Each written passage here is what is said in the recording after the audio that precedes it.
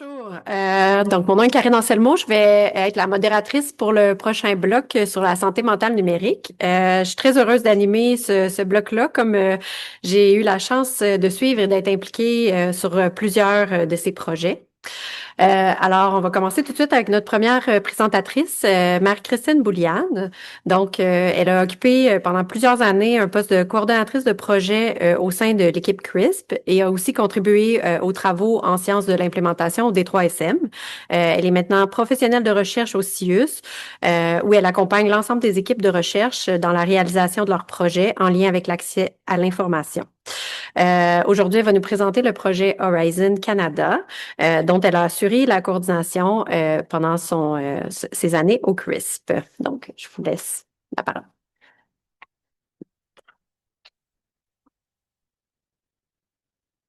Merci Karine. Bonjour tout le monde. Alors, donc aujourd'hui, je nous présente le projet Horizons. Donc, Horizons qui est une intervention numérique novatrice en santé mentale. Elle a d'abord été développée en Australie en 2013 par Dr. Mario Alvarez Jiménez. Donc, on voit Mario ici.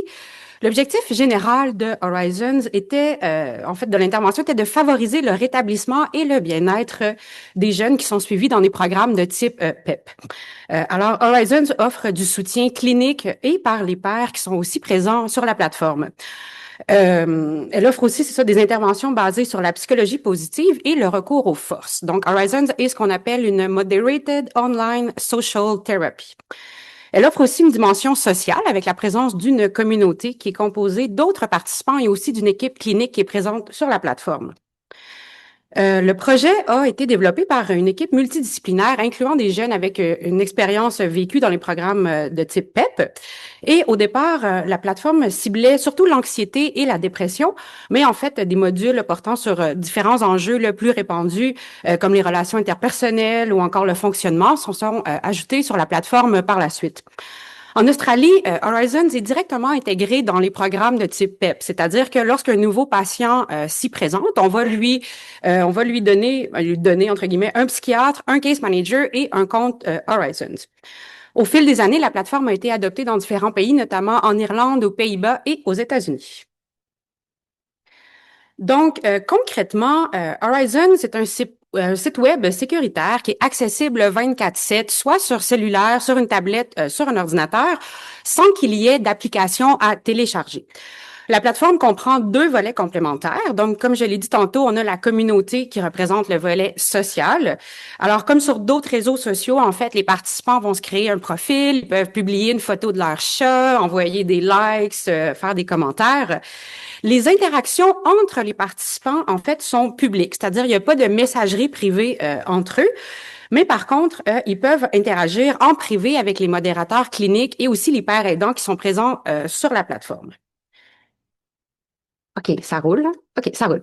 Alors, c'est ça, comme on le voit là, comme on le voit ici, il y a des parcours qui sont appelés des journeys qui représentent le volet thérapeutique de la plateforme. Donc, les journeys concernent des enjeux communs, comme je l'ai dit tantôt, là, la dépression ou l'anxiété, mais heureusement, ils portent pas de titre stigmatisant comme tel. Alors, celui sur la dépression qu'on voit présentement à l'écran s'appelle plutôt Feeling Down, Tune into Everyday Mindfulness and Self-Compassion. Et aussi, c'est ça, même si la plateforme a été développée pour des personnes qui vivent avec un trouble psychotique, la plateforme ne porte pas directement sur la psychose. Les participants vont être aussi libres de choisir leur journeys en fonction de leurs besoins ou de leurs préférences. À l'intérieur des journeys, on va retrouver des choses très concrètes, comme par exemple des actions à prendre, des réflexions ou même des bandes dessinées. Il y a aussi une petite boîte à outils, comme on peut voir là à l'écran, dans laquelle on peut conserver nos éléments préférés. Ouais, les parcours aussi ont continué d'être mis à jour et adaptés en temps quasi réel. Donc, en 2022, par exemple, il y a un nouveau module sur comment survivre à une pandémie qui a été mis en ligne. Sur le plan de la sécurité, il y a aussi des safety checks qui sont faits là, quotidiennement, incluant les week-ends. Il y a aussi un système là, qui va détecter automatiquement certains mots-clés, par exemple, qui seraient liés à la violence ou au risque suicidaire. Alors, comme je l'ai dit, c'est ça, il y a des actions très concrètes dans les journeys. par exemple, ce petit exercice de respiration calmante que je vais faire pour mon propre bénéfice en ce moment. Donc, comme on peut voir, on suit les petites consignes très courtes. Et là, en fait, on nous indique d'arrimer notre respiration avec le ventilateur ou avec le chat. Donc, c'est ça, fait qu'on suit les consignes. Et là, il ne roule pas. Je l'avais mis à vitesse 2, mais c'est pas grave. Et, oups. Euh, bon. Mais bref, c'est ça. Donc, les exercices de respiration, il y a un visuel qui est très bien. Là, on nous dit de prendre 4 secondes de respiration. On retient, on continue et on peut aussi enregistrer ces petits exercices dans notre boîte à outils pour les refaire plus tard. Euh, Donc, au Canada, Horizons fait partie d'un projet de recherche qui s'est déroulé en 3 phases. Donc, on peut voir ici les chercheurs qui ont été impliqués dans différentes phases, soit Dr Joubert ici au PEP, Dr Lal, Dr Lepage et Dr Abdelbaki avec nos amis du CHUM. La phase 1 en 2018 qui a été l'adaptation de la plateforme initiale dans un contexte canadien anglophone. Par exemple, il a fallu modifier des références culturelles ou encore, sans blague, remplacer des koalas par des castors. La phase 2 en 2019, en fait, était une étude pilote de 20 participants au programme PEP ici au Douglas. Et enfin, la phase 3, qui est une étude d'acceptabilité, sécurité et bénéfices potentiels qui s'est déroulée de 2020 à 2024. Et c'est ça, nous avons recruté 78 participants sur les 3 sites, soit ici au Douglas, au CHUM et également au Lakeshore. La participation se déroulait sur une période de 12 semaines avec des évaluations pré-post. Cela dit, étant donné l'intérêt et l'engagement des participants, on a permis à ceux qui le souhaitaient de pouvoir continuer à utiliser la plateforme après la période officielle du 12 semaines. Et en fait, on a été agréablement surpris de constater que plusieurs participants ont continué à utiliser la plateforme pendant des mois après la fin de leurs 12 semaines. Oups. Et en fait, dans la phase 3 aussi, on a également traduit l'ensemble de la plateforme en français, ce qui représente environ 400 pages de texte. Et comme Karyne l'a dit, j'ai eu la chance d'être coordo de cette phase 3 pendant la majeure partie du projet. Alors voici pourquoi je suis ici aujourd'hui. Ouais, donc en fait, c'est ça, les résultats de la phase 3 au Canada ne sont pas encore disponibles. Là, ils sont en train d'être en préparation, mais on peut quand même regarder les résultats du RCT original en Australie. Alors, comme on le voit, là, il y a eu 2 groupes de 84 et 86 participants chacun qui ont comparé le treatment as usual versus treatment as usual plus Horizons sur une période de 18 mois. Et en fait, là, les résultats de cette étude principale démontrent que le groupe utilisateur de Horizons a connu une amélioration dans les réalisations scolaires ou professionnelles et également une réduction du recours aux services d'urgence. Un deuxième papier s'est intéressé au type d'utilisation de la plateforme et a identifié 3 patterns, soit une faible utilisation en général, une utilisation surtout sociale, donc surtout la communauté, et enfin une utilisation combinée de communauté et journeys. Et les participants qui ont utilisé les 2 composantes ont présenté les meilleurs résultats, à savoir une amélioration du fonctionnement social, une réduction des symptômes négatifs et globalement une diminution de la sévérité des symptômes psychotiques. Il va être très intéressant de comparer ces résultats avec notre phase 3 parce qu'on a vraiment observé des patterns semblables dans l'utilisation de la plateforme. Alors, j'aimerais terminer avec un message qui devrait trouver écho aujourd'hui, j'espère. La phase 3 du projet de Horizons Canada a reçu une subvention du CIHR de 481 950 $ à sa première soumission. La plateforme était entièrement fonctionnelle, disponible en anglais et en français, appréciée des participants et sécuritaire. Malgré ça, et comme c'est le cas pour beaucoup trop de projets de recherche en santé, la plateforme a simplement été fermée à la fin du projet de recherche. Alors, c'est ça. J'aimerais qu'on se serve de cet exemple pour réellement changer nos pratiques et prendre des mesures pour faciliter l'implémentation des projets vers la clinique. Il y a trop d'initiatives prometteuses qui ne traversent pas le pont de la recherche à la clinique, alors que, comme nous le savons tous, les besoins sont immenses et les ressources sont limitées. Et je nous laisse sur Cette citation tirée du plan stratégique 2025-2028 de Santé Québec, qui est un peu mon mantra professionnel et qui me laisse croire que les choses peuvent réellement changer. Donc, l'intégration de la recherche dans les soins demeure un levier sous-utilisé d'amélioration des services. Merci.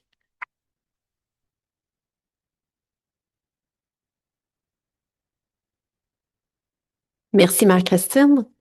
Je ne l'avais pas mentionné au début, mais il va y avoir des questions à la fin des 6 présentations qui font partie de ce bloc. Parfait. Donc, on va poursuivre avec Elisabeth Thibodeau, qui est neuropsychologue et professeure adjointe à l'École de psychologie de l'Université de Laval, ainsi que chercheur au Centre de recherche Cerveau. Nous avons eu la chance de l'accueillir pendant son stage postdoctoral dans l'équipe CRISP et pendant lequel elle a travaillé sur le projet qu'elle va vous présenter, donc le projet RC2S. Donc, ce projet propose un programme de remédiation cognitive à distance dont elle va vous parler plus en détail. Et bonjour tout le monde. Effectivement, aujourd'hui, je vous parle de remédiation cognitive de la cognition sociale plus spécifiquement, mais surtout de comment on peut utiliser différents types de technologies numériques pour rendre ces programmes-là plus engageants puis aussi plus accessibles pour nos populations. C'est effectivement basé sur un de mes projets de postdoc où on a repris le programme qui s'appelle RC2S qui provient de France, où on l'a traduit, culturellement adapté aussi là, au français ou à l'anglais là, du Canada. Et pour la toute première fois, on a administré ce programme-là en ligne pour voir un peu comment c'était reçu là, par les participants. Mais donc, peut-être un peu de contexte pour commencer.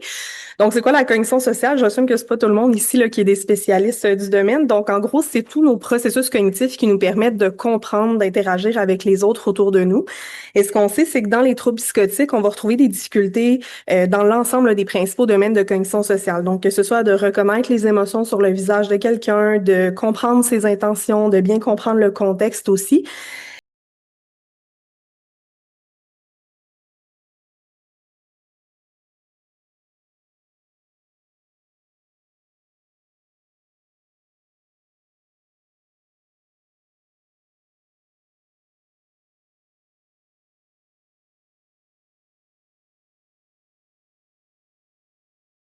Donc, comment on fait pour aider ces gens-là? Ben, il y a la remédiation cognitive, qui est un entraînement comportemental qui vise la cognition, mais dans le but d'améliorer notre fonctionnement. Souvent, on va le comparer un peu à un gym pour notre cerveau. Ce qu'on veut, c'est vraiment changer la façon dont notre cerveau traite les informations sociales pour améliorer notre fonctionnement. Donc, notre remédiation cognitive dans les troubles psychotiques, elle fonctionne bien pour améliorer notre cognition sociale, mais les effets sur le fonctionnement demeurent encore un peu mitigés. Puis ça, ce que ça nous dit, en fait, c'est qu'on doit travailler pour améliorer nos programmes pour que les acquis qu'on fait en remédiation cognitive se transposent, en fait, dans notre vie de tous les jours. Donc, nous, ce qu'on propose, c'est qu'avec le programme RC2S qui utilise des simulations relationnelles avec des avatars, on peut peut-être aller reproduire un peu plus la complexité des interactions sociales puis venir bénéficier de ce transfert-là vers le quotidien. Un autre enjeu qu'on a avec la remédiation cognitive, c'est l'accessibilité. On demande aux personnes qui suivent ces traitements-là de venir nous voir plusieurs fois par semaine à l'hôpital pendant plusieurs semaines. Ça, c'est pas compatible avec des gens qui essaient de retourner au travail, de retourner à l'école ou qui habitent loin de l'hôpital. Donc, il faut qu'on trouve aussi là, des façons de leur offrir le traitement de façon accessible. Puis la téléthérapie, demeure quand même une option qui est intéressante. Donc, c'est dans ce contexte-là qu'on a repris RC2S et qu'on a essayé de l'administrer en téléthérapie pour voir est-ce que c'est bien accepté, est-ce que c'est faisable.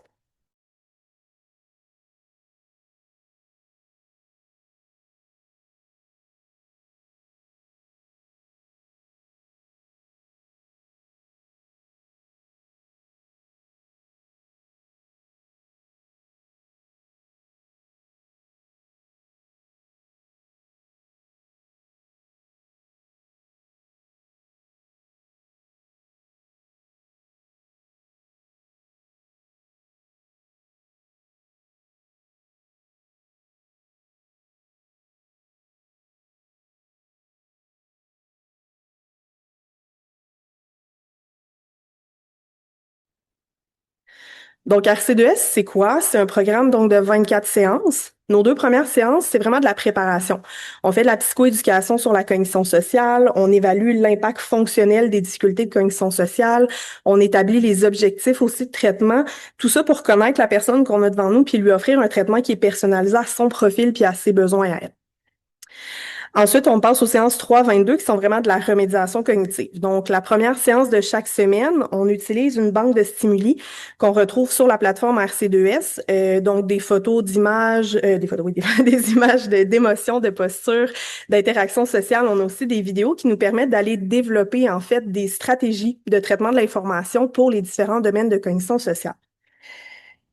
Notre deuxième séance de chaque semaine, c'est là qu'on apporte nos simulations relationnelles avec des avatars. Donc, l'idée ici, c'est vraiment de prendre les stratégies qu'on a développées dans notre première séance, puis venir les appliquer dans un contexte qui est plus intégré, qui a plus de stimuli, qui ressemble plus en fait à une interaction de la vie quotidienne. Donc, ce qu'on fait, c'est qu'on accompagne Tom dans ses interactions avec différents avatars, puis c'est un peu le principe du jeu dont vous êtes le héros. Donc, vous allez devoir prendre plusieurs décisions à travers cette interaction-là, puis l'interaction va s'adapter aux choix que vous allez faire. Donc là, malheureusement, j'ai pas assez de temps pour vous faire l'essai, mais vous pouvez venir me voir là, ce midi, ça va me faire plaisir de vous les faire essayer. Finalement, on a 2 séances de transfert qui sont axées vraiment sur les jeux de rôle personnalisés, la réévaluation des impacts fonctionnels, l'atteinte des objectifs. Donc, c'est vraiment ce qui compose le programme.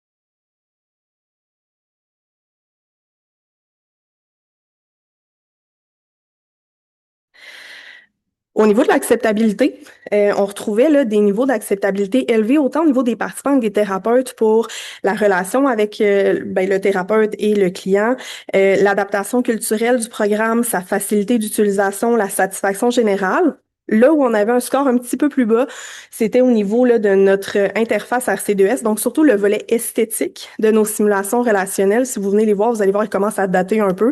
On le reconnaît, puis ça fait partie de nos pistes futures. Au niveau de la motivation, ce qu'on voit ici en brun, c'est la motivation des participants. En vert, vous avez la perception que les thérapeutes ont de la motivation de leurs participants. Donc, comme vous pouvez voir, on a vraiment des niveaux élevés de motivation qui demeurent tout au long de la thérapie. Puis c'est pas parce qu'on perd des gens pas motivés en cours de route, ils sont tous restés. Donc ça, c'est vraiment encourageant. Et puis, on a un profil assez similaire au niveau de notre alliance thérapeutique aussi, même que les participants semblent toujours un petit peu plus en alliance, en fait, avec leurs thérapeutes que les thérapeutes eux-mêmes. Donc, ça aussi, en soi, c'est intéressant. Un tout petit mot sur le volet quantitatif, on fait attention, là, c'est des données qui sont pas contrôlées, c'est un tout petit échantillon, mais c'est simplement là, pour voir un peu la direction que ça prend. On avait des améliorations significatives avec des tailles d'effet modérées à élevées au niveau de l'atteinte des objectifs que les personnes s'étaient fixés au début de la thérapie, au niveau des impacts fonctionnels, des difficultés de cognition sociale dans le quotidien, puis aussi au niveau de certains domaines plus objectifs là, qu'on mesurait de la cognition sociale.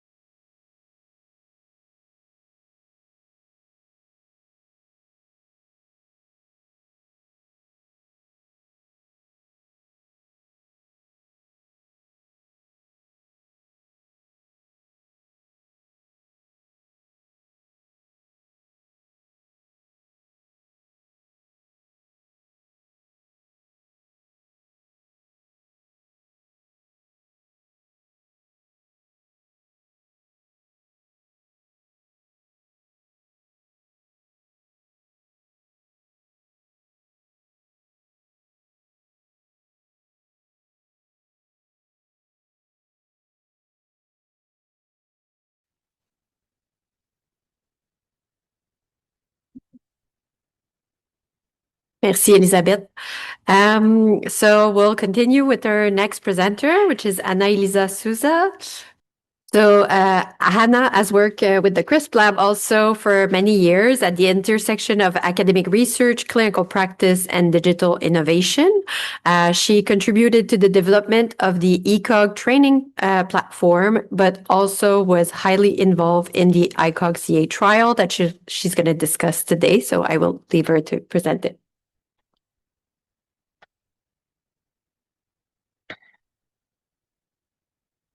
Okay, good morning, everyone. Maybe I'll move here. So yeah, as Karyne said, I've been here for many years, and it's a pleasure to present today this project. And in 2020, when I was finishing my PhD, the COVID-19 pandemic hit, and it resulted in the interruption, as you know, of many aspects of daily life. And at the Douglas, what that means is that patients were severely affected by the interruption of in-person services. And the same thing, of course, happened across the country. At that time, I had the opportunity to see how at the CRISP lab with Dr. Lepage, the mental health professionals were trying to adapt those services, maybe online or using tools so that patients could still receive mental health care. What we were not sure at the time is whether the delivery of mental health interventions was feasible or acceptable, and let alone effective in populations such as those diagnosed with severe mental disorders like schizophrenia. So to answer this question, a first study was conducted, and the aim of this study was to assess participants' and therapists' perspectives on the feasibility, acceptability, and engagement in video conference delivery of group therapies for cognitive health. And from this study, we had a few results that were very encouraging. So, for example, out of the 28 participants that took place, 75% completed the study. I see my icons are not appearing, but that's okay. So all reported positive experience with therapy. 2/3 were not bothered by the remote setting. 77% trusted the confidentiality of the service provided. Technology didn't appear to impede participation. And therapists were also, they show a satisfactory level of engagement. So that was the green light to start the conceptualization of the project that I am focusing today, which, as Karyne mentioned, is the ICOG-CA project. And this was an effectiveness implementation trial conceptualized in 2022, and that started in 2023. And the goal was to use digital technologies like video conference, like online learning, to promote and improve cognitive health in people with schizophrenia across Canada this time, not only here at the Douglas. So just to backtrack a bit, it was already mentioned today, but schizophrenia spectrum disorders are a complex category of diagnosis that includes positive symptoms like hallucinations and delusions, negative symptoms, which are the absence of some behaviors, but also very importantly, cognitive symptoms. And those cognitive symptoms, they are a key feature of the manifestation of schizophrenia.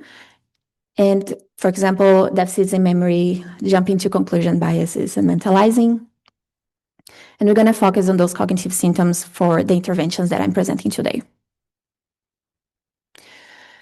So two big categories of cognitive health symptoms that we can think in schizophrenia are cognitive impairments and cognitive biases. Very quickly, as many of you already know, cognitive impairments will include deficit in cognitive abilities and performance, so attention, memory, problem solving. They impact 80% of individuals with schizophrenia, and they are very significantly associated with clinical status and functional outcomes. As for cognitive biases, those are reasoning biases or thinking errors, and we all have those, but in schizophrenia, they underlie positive symptoms in individuals with these diagnoses, including hallucinations and delusions.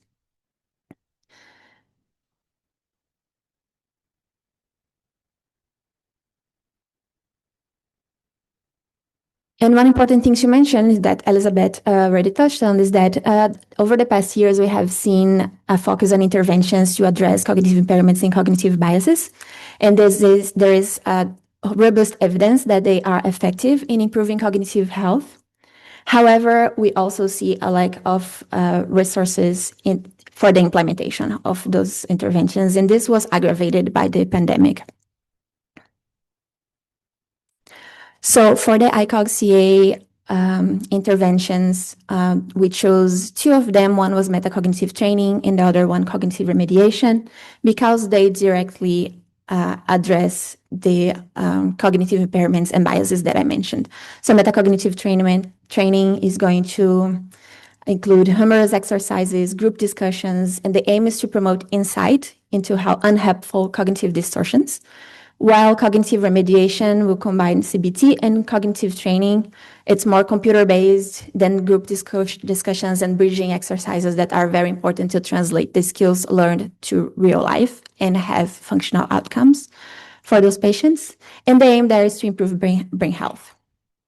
So attention, memory, problem-solving skills. The study included, as I mentioned, different places in Canada, so 5 different sites in Toronto, Vancouver, Kingston, Ottawa, and here at the Douglas. And those were in partnership with research groups that we've already been working for a while. Therapist training involved the development of the ECOG platform that Karyne mentioned, and I'll talk a bit about in a minute. And the goal was to to deliver interventions for 290 participants with a diagnosis of schizophrenia. And participants would be able to select which intervention they would prefer to start with, and they also had the chance of doing the other intervention after.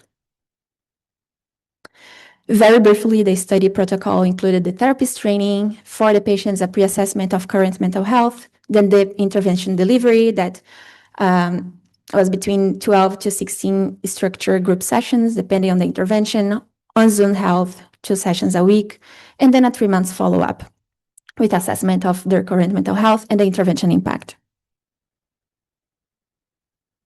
The therapist training portion was completed through ECOG. We developed ECOG from scratch, and we also developed the online version of the 2 interventions that already existed as in-person delivery and in-person training. So one of them was, you already know that they're cognitive remediation, cognitive training, but what I wanted to say about the platform specifically is that we focused on online training that was engaging experience that people would want to do. It was based in the last evidence for instructional design. It involved the clinical supervision for the therapists that were participating in the study. And very importantly, we focused on implementation. So there was a lot of troubleshooting and adaptation for different settings included in the study. We use the EDI framework that you might not be familiar with, but it's a framework for creating instructional content that has many steps. It's very detailed. It's widely used in education since the 70s, and it was recognized by our group as the optimal model for designing and evaluating the learning content.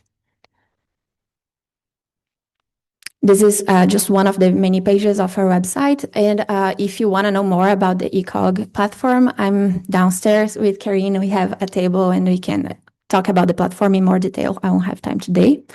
I do want to finish with some preliminary results. So the ICOG-CA study is still recruiting. It ends now in the spring, and data analysis is going to start in the summer. So I don't have robust results for you, but I have some information about acceptability, appropriateness, and feasibility for therapists first. So far, this is data from January. We had 42 therapists enrolled in the platform for ICOG-CA specifically.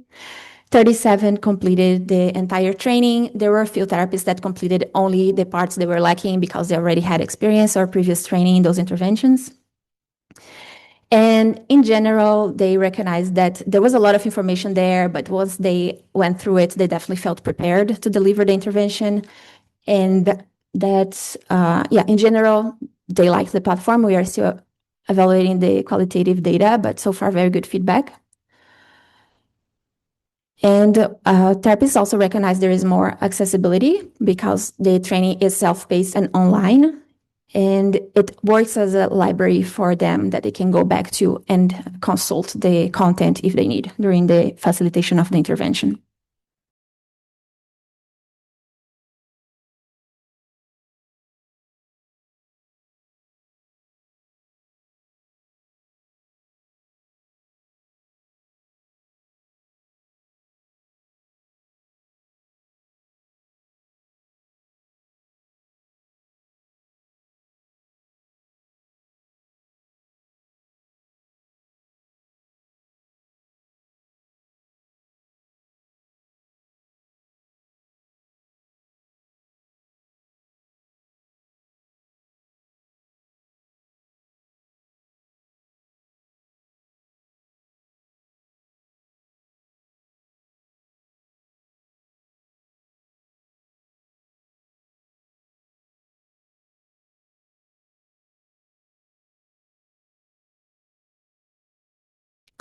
So to finish, I just want to mention what comes next for this project. So as I mentioned, data collection is finishing and analysis is going to start in summer. Some analysis already is ongoing for the data that the collection is finished.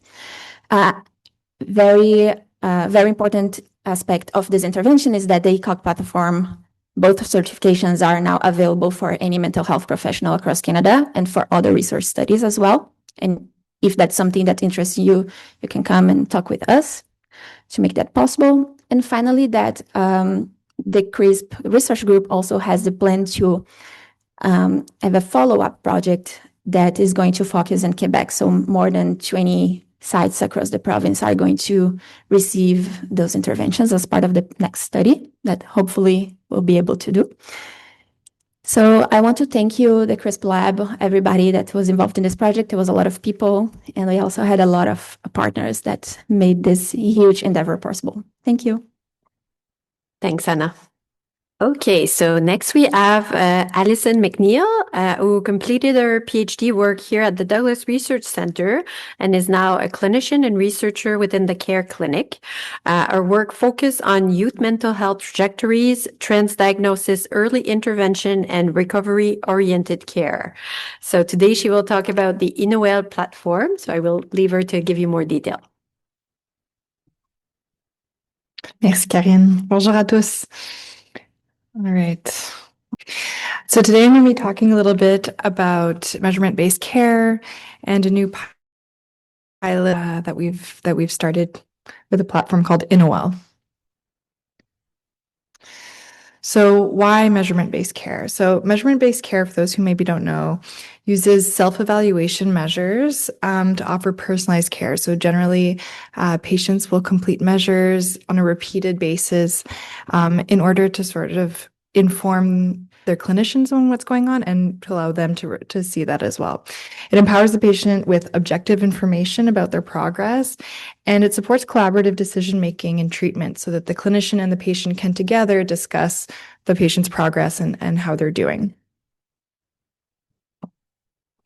So as I mentioned, this is supposed to be kind of like a feedback cycle where the patient is completing measures. This is something that the provider can see, that they can then discuss, and that contributes to shared care decision-making. And it's meant to sort of feed back into itself, right, as that decision is made in terms of treatment and care, and then they have the chance to evaluate it again as the person continues to complete measures throughout their treatment. So this is meant to be sort of like an ongoing conversation between the clinician and the patient based on these sort of objective measures, validated tools. So the INOEL platform is a digital measurement-based care platform. So this is a tool where one can fill out all these surveys. It was co-developed with youth, caregivers, and clinicians in Australia within Project Synergy. And it was tested out in Australian Youth Mental Health Services initially. So the sort of core elements of INOEL include sort of this personalized tracking. So being able to monitor the individual's mental health changes across multiple domains using these validated tools. And there's some cool visual representations of that I'll share in a moment to sort of see how symptoms in different domains fluctuate or change over time. There's also real-time risk monitoring. So there's all these contingencies built into the platform where if someone reports suicidality, for instance, or anything that might be sort of raise the risk level, there are notification systems and things in place so that clinicians are made aware very quickly that the patient's status has changed, that the risk is higher. And really the goal is enhanced collaboration. So, and not just between the patient and the clinician, although that's clearly at the heart of it. This is really a patient-centered tool, but also within care teams, within clinical teams, to sort of get a picture of how all the patients are doing, and to sort of have some objective data on which to sort of make bigger clinical decisions within the team. So within the platform, all the people who have access to it include first the individual, so the patient, who can see their own progress within the platform. They can decide to have a support person like a caregiver, a parent, a loved one also have access. They're clinicians also. And then often there's a lead clinician, so we can think of a clinical coordinator, someone who has a leadership role within the clinical team, as well as sometimes an administrator who manages like making accounts, granting access, those kinds of things. So those are sort of the actors within the platform. So what's neat about InnoWell is that it's fairly customizable in terms of the measures used. So for instance, they have sort of like a library of a bunch of different measures, and clinics or teams can decide which measures they want to have done sort of at baseline to do sort of a more fulsome assessment. And then there are sort of these summary questionnaires that can be repeated more often, but that are less onerous because it's a shorter number of measures that can be completed. But that can be customized based on the site and based on the needs of the patient, that the clinician and the patient agree. If there's a domain that needs to be monitored more closely for that patient, they could add in a module that they'll repeat more often than other patients, for instance. And it's sort of neat, and one of the things I like, and I think you can tell that this is one of the elements I think that shows it was co-created with service users, is that I do find the interface is quite readable, quite accessible for patients, for young people to see. So this is an example here where the person can see, the change over time and on all these different domains, their overall health, their mental health, their functioning, suicidal thoughts, social connectedness, and being able to track that and see that visually, that sort of data visualization element, I think can be really meaningful for patients and sort of gaining insight into themselves and self-evaluating their own progress. And then what's neat as well at sort of the team level, the clinical team level, they're able to sort of see overall in their cohort of current patients, for instance, what are the main needs, what's coming up most often.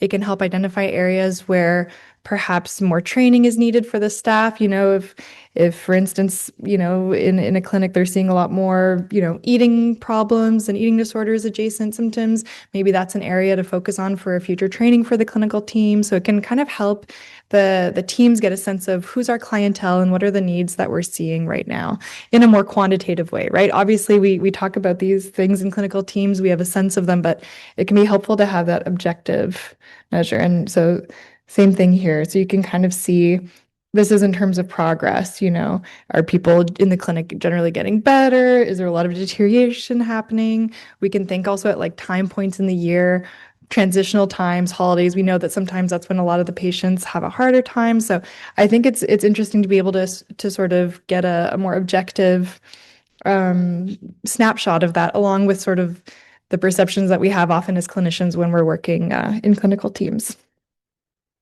So in the Australian trials, they found that in order for InnoWell to be successful, there needed to be sort of readiness for change, readiness to uptake technology use within teams, which is no small feat. There needed to be leadership at the local service level. And, it had to be sort of appropriate and responsive to the needs of the service users themselves. Like they had to feel that it was right for them. And so our project here, as I mentioned, it's a pilot study. So we're just sort of seeing if this platform makes sense within two settings to start. So two Santé Mentale Jeunesse CLSC teams within our CEUs are going to be piloting this technology. Our first objective is to see sort of how clinicians feel about this. So initially, we're assessing their readiness. There's a measure of technology acceptance and attitudes towards technology use in health services for the clinicians that we're measuring before they start using the platform. And then we'll evaluate satisfaction and acceptability and things like that through interviews and qualitative methods, as well as some surveys later on in the project. We also want to evaluate how service users find it. So the same thing, there will be some satisfaction questionnaires built in throughout, and then we'll also invite them to participate in some qualitative focus groups. But as we go along on this process, we've been documenting also just the implementation process, challenges, lessons learned, and I'll share some of those as we go along. And then the second objective is to gather a little bit of data about the presentations and the symptoms of young people in these Santé Mentale Jeunesse clinics. There's not a lot of that available. And so I think this is something that makes it maybe a bit appealing also to the teams, is to get some data on, what are the most common presentations, what's coming through the door, and sort of be able to report on that. So this didn't appear in the right order, but that's fine. So just to give you an update of the timeline. So initially, we had to get the leadership, the buy-in, both from the direction, but also the local manager of the Santé Mentale Jeunesse team who's on board. There was a lengthy process of approval for the technology, which is really no small feat to get through. We then had to develop with NOL the local protocols of the measures we wanted, the resources we were going to offer if someone, reported feeling suicidal. We had to adapt all of that to our context, as well as translate and adapt it culturally to our context, go through with the ethics approval. And now we're at sort of this stage where we're about to do a training with the clinicians who are going to be using it, and we'll be launching very shortly. Finally, the next steps after that will be sort of the knowledge synthesis. So both the data analysis, conducting those qualitative interviews and focus groups, and reporting on our health systems learning. So what we've learned so far, one is that human resources are very important. So this project has had to be paused because of human resource changes, both on our side here as well as at NOL themselves. So it's a risk point whenever we're implementing projects like this. If the staffing changes, when there's turnover, it can really impede the progress of the project. Next is timing and context. So at the same time as we were working on this project, one of the Santé Mentale Jeunesse teams had to relocate, which was a big stressor on their team, and took a lot out of them, I think, and it wouldn't have made sense to impose another new project while they were adapting to this huge change of changing sites. And so it's important to be mindful of that context and of the timing before launching a big project. But nevertheless, engagement continues. So, the clinicians, despite this pause, are really interested in the project still and are excited to do the training in the coming weeks, and are excited to launch probably next month. So we are very excited. And even though we've had these obstacles, I think it's still going to be a really interesting project. Thank you. Thank you, Alison. Okay, so our next presenter is Quinta Sian. She completed her PhD in mental health within the CRISP team and brought valuable expertise working with Indigenous communities. Her research integrates clinical methodologies with innovative digital tools with a particular focus on mental health equity and culturally informed intervention. So today she will present her PhD work on the VR-CBT project. Hello, everyone. So as Karyne mentioned, I'll be going over some of my PhD work today.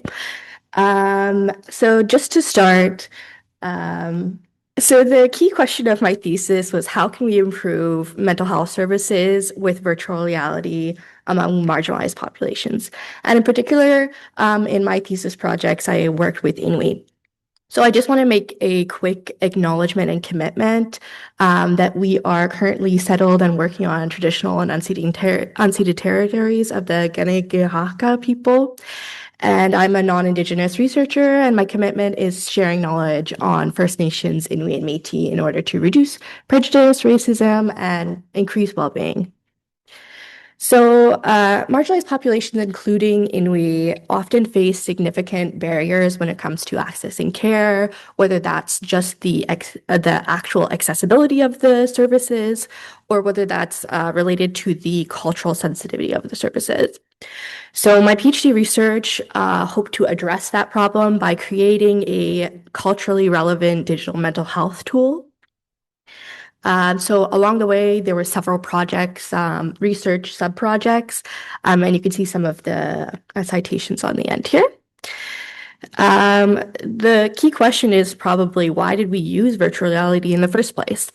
The motivation behind this is that virtual reality creates a realistic, immersive environment that people can actively engage with, and it makes it a powerful tool specifically for the cultural adaptation context, as well in mental health. So just giving you a quick example here. Here we go. For instance, VR cognitive behavioral therapy, which is very similar to CBT in many ways, can help evoke emotional states and help clients to practice with their therapists based off of these scenarios. Specifically to the Inuit context, you can see here that we provided various cultural imagery, and part of our approach also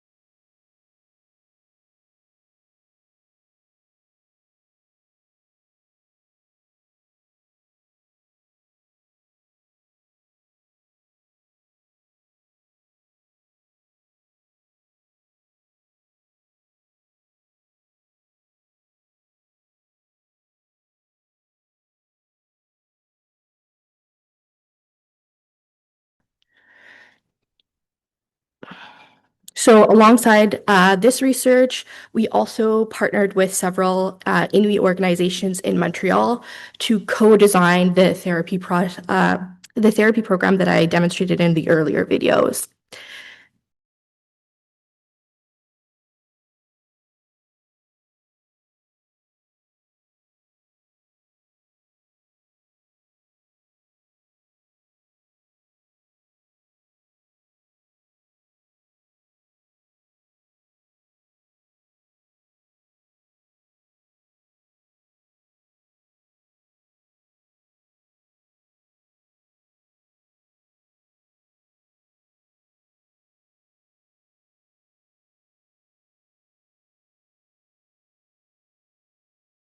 So to look at the initial feasibility of providing this sort of therapy, we collected some information from a trial that we undertook. We used a mixed method longitudinal study design. And this was including Inuit who were self-referred and self-identifying as Inuit, and there was no specific diagnosis that was required. We simply were working on improving skills related to mental health. So we had a small sample of around 13 individuals who completed some aspect of therapy. The similarities between these participants varied, but some of the commonalities was that these were typically job seekers, as that was one of the community organizations that we were working with, and the average age was kind of middle age, around 40. Attrition ended up being one of our biggest challenges, and this was related to structural factors, structural barriers, such as life changes, emergencies, troubles with housing or jobs. But overall, we met our expectations with the number of participants that we were able to recruit. And at least half of the participants completed half of their therapy sessions, which is promising. We also spoke to the participants, and we talked to the therapists as well to hear about their therapy experiences. And in general, they felt that it helped their mental health and well-being, that the VR was immersive and created scenarios to engage the therapy participants and talk about. And then we also learned about how therapy expectations could differ because our therapy inclusion criteria were very broad, just based off of a self-identification, participants' specific diagnoses or conditions and problems that they're hoping to address varied. So despite the challenges that we experienced with this trial, this is a first step towards looking into virtual reality and including some equity considerations. We were successfully able to develop 2 virtual reality environments that were culturally adapted, as well as a therapy manual. And these were tested for initial feasibility, safety, and so forth. Looking ahead, our next directions include building more capacity for Indigenous-led research and future collaborations. Thank you. Thank you, Quinta. Yeah, okay. I can present you still. Okay, so last but not least, we have Manuela Ferrari, who is an associate professor in the Department of Psychiatry at McGill University and a researcher here at the Douglas Research Center. She is an expert in digital technologies for youth mental health with a research program focused on optimizing digital assessment, treatment, and participatory user-led research approaches. Our presentation today will focus on the youth-led game design for mental health.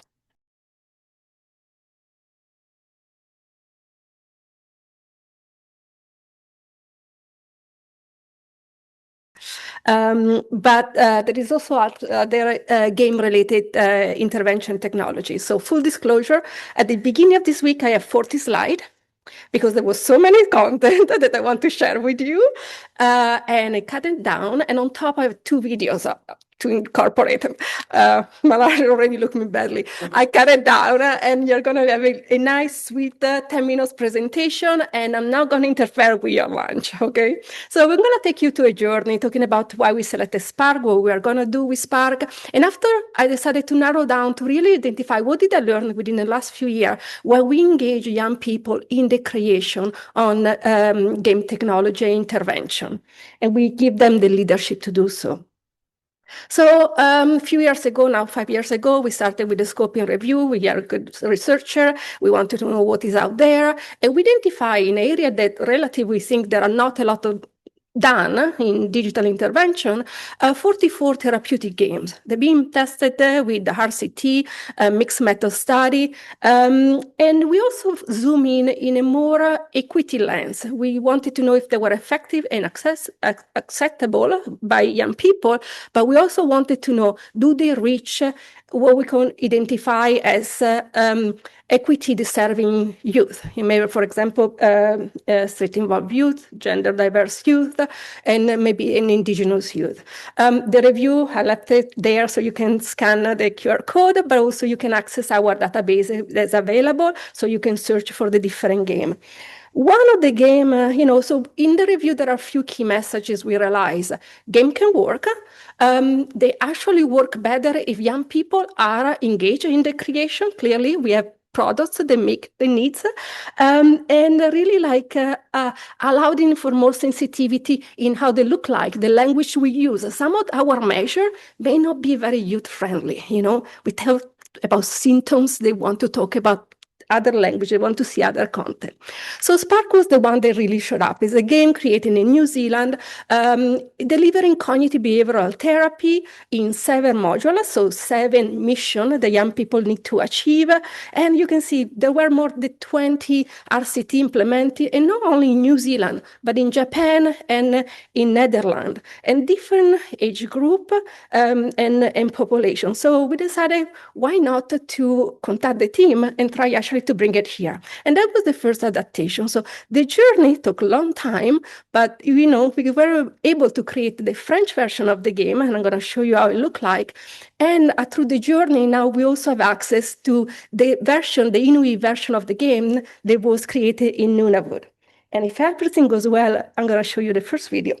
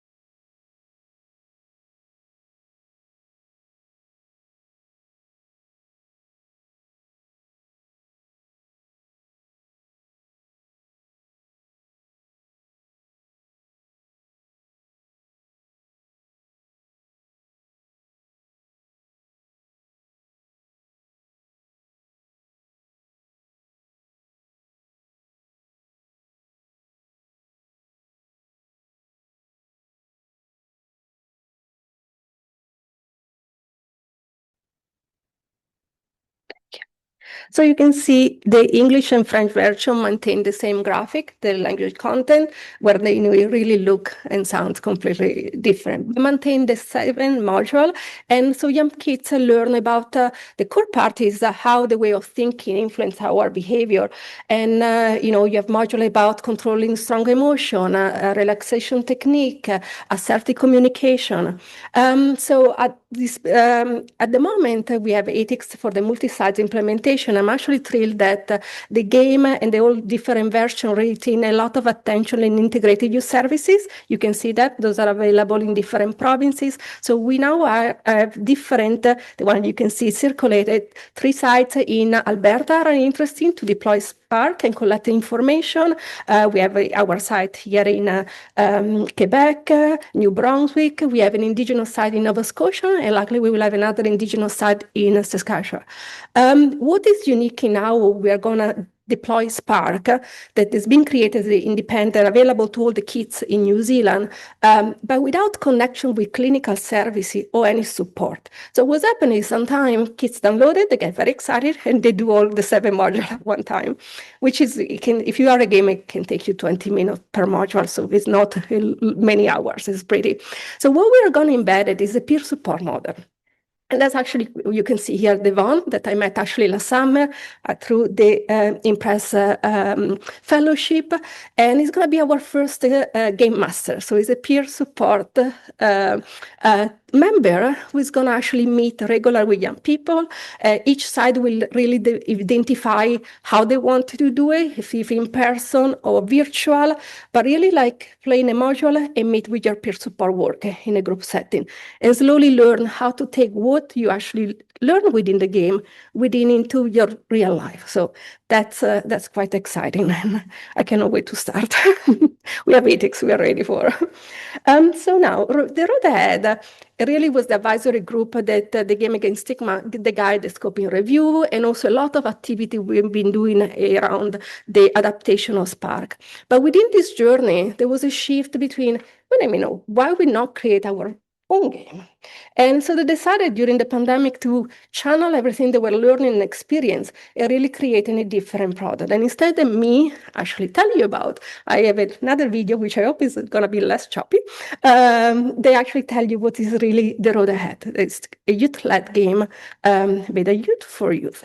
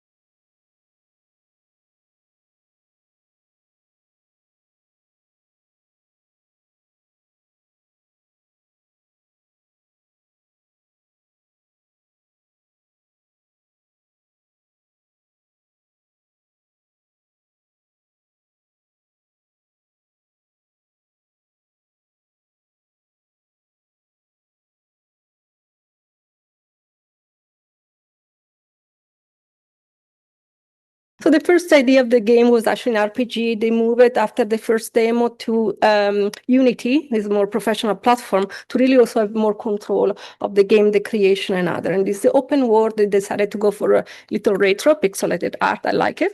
And really like this storytelling, learning a new way of actually coping mechanism. So they're fully in control of the narrative and the creation, and the consultant is identified to find evidence-based technique to learn within the game.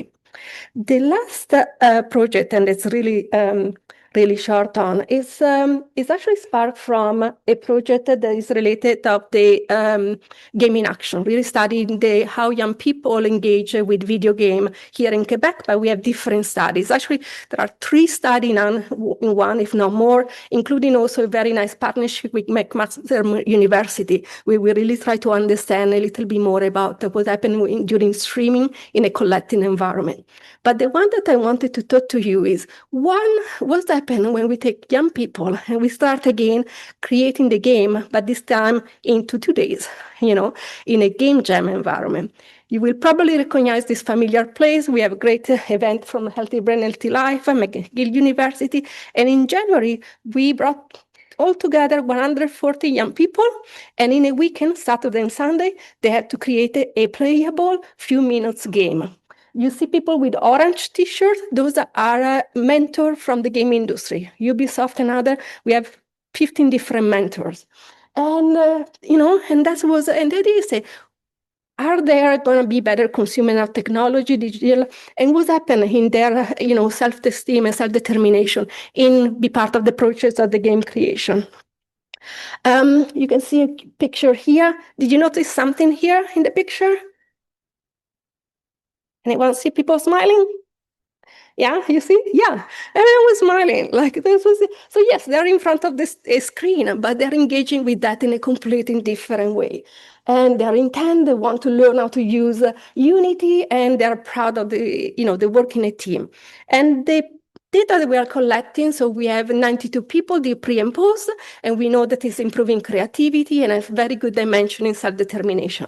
There will be more data, but, and we are doing qualitative research. So to conclude, so there is this journey from taking a game that was developed and was sensitive to the need of kids that may be more on the margin and make it available now in our services, so it's scaling up, to really allowing young people to have control of the kind of international technology that they want to use for the mental well-being, and in the meantime also to get better in that journey. So thank you so much.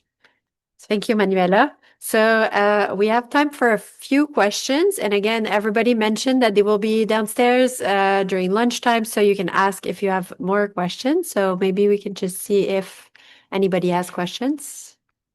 And maybe the presenter from the blog can just, Marc-Christine, Alison, bye. Anyone has questions? Hi, my question is for Alison. I was wondering if the different instruments you presented, do they have interaction between them? Let's say you have one instrument trigger another instrument, or they're completely isolated? There are some questionnaires within which there's a logic model, like there's a sequence where if you click yes to some questions, it brings up other follow-up questions related to it, but not different scales triggering other scales. But certainly within, there are sometimes these logic patterns of if they say no, then they skip to the next question. There's not this sort of sequence of follow-up questions that show up. Okay. And who got to decide which question as instrument or scale get into NOL? Is it something up to the researcher or clinician? Or? Yeah. So NOL had a number of measures that they already have on their platform that they've used and tested in Australia and other settings. And then we had a number of discussions with collaborators in Alberta who have also been using NOL, and discussions with our clinicians locally, Dr. Shaw over there. And so sort of through these different discussions and thinking through these different instruments, we ended up with sort of a hybrid of what's used in Australia, what some of our colleagues in Alberta use, and what made sense for our local context. Thank you. Thank you.